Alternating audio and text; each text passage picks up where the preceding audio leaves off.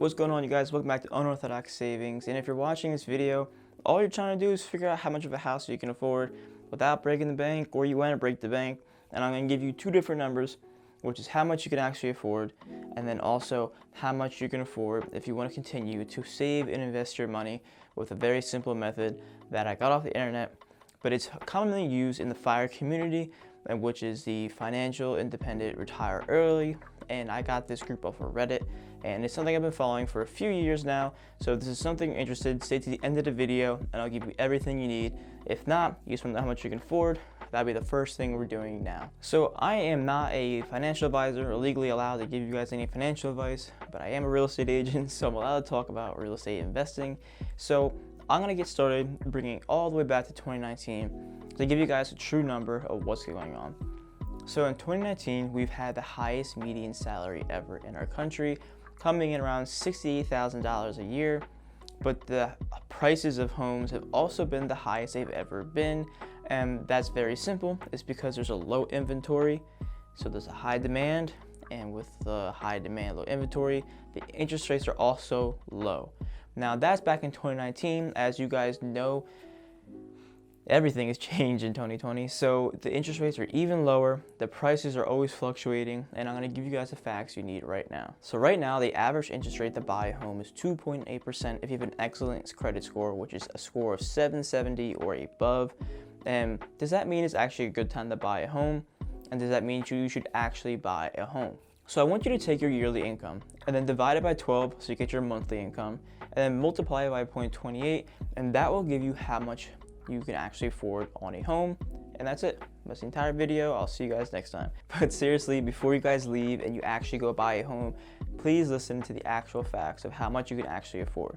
So first off, you're going to go to a bank to get a loan, and the bank is immediately going to look at your DTI, which is your debt to income ratio. So what your DTI does is it takes your student loan debt, your credit card debt, your car loan, add everything together, plus the debt owed to the house, giving you a total number of your debt, and then they divide it by your total gross income. Your gross income is how much money you make before taxes, and if that is 36% or greater, then you're most likely not getting a loan on the house. So that is something you should do before you even go to the bank at all.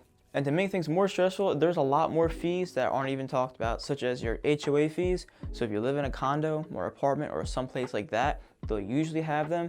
And then also your property taxes, which are around 1% of the total value of your home. And then your homeowner's insurance, which is also another fee stacked on top of everything. And let's not even forget, if you're buying a home, you're gonna have closing costs, which is averages around 2 to 5% of the home's total value. Now you can get around that. You can just add it onto your mortgage, and then you can just pay that off like that.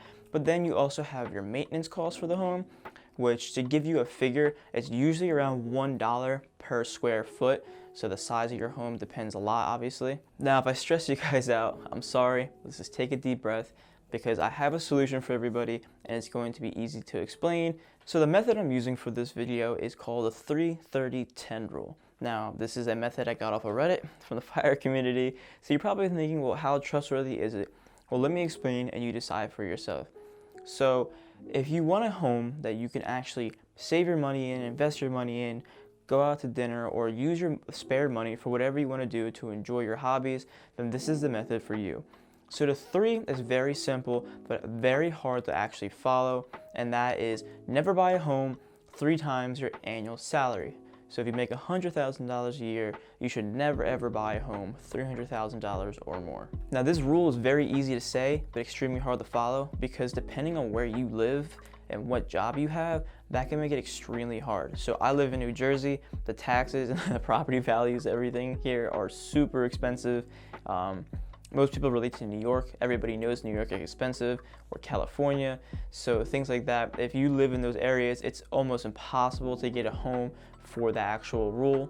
Then the next rule should be easier to do and can also be a buffer or negate any issues if you can't get the first rule.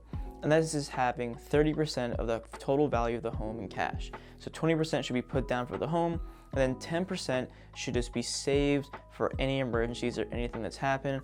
And if 2020 has taught us anything, an emergency fund or things to pay off your mortgage for a year or so could come in handy.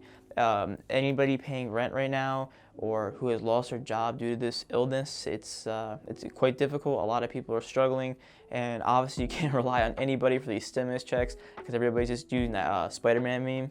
And if you weren't affected by anything like this and you still have the 10% extra, you can furnish your house or do any renovations that you may want, especially if this is a home you plan on staying in for a long time. So I may have lied because this next rule could actually be harder than the first rule, but I have a few solutions for you guys, so you guys can choose which one you like the best. And this is the 10 rule. The 10 rule means have a mortgage payment that is 10% of your gross income.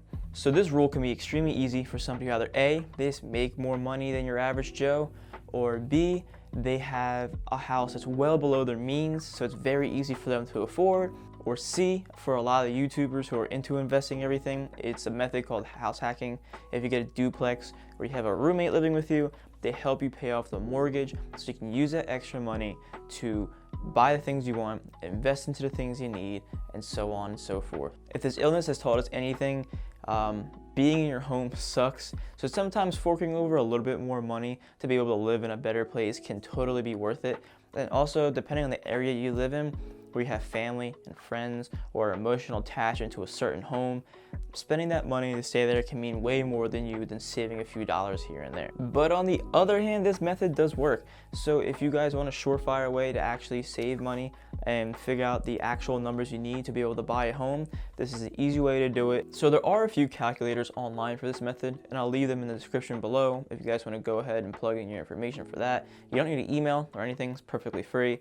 And yeah, that's all I have for you guys today. So thank you guys very much for watching, and I'll see you next time.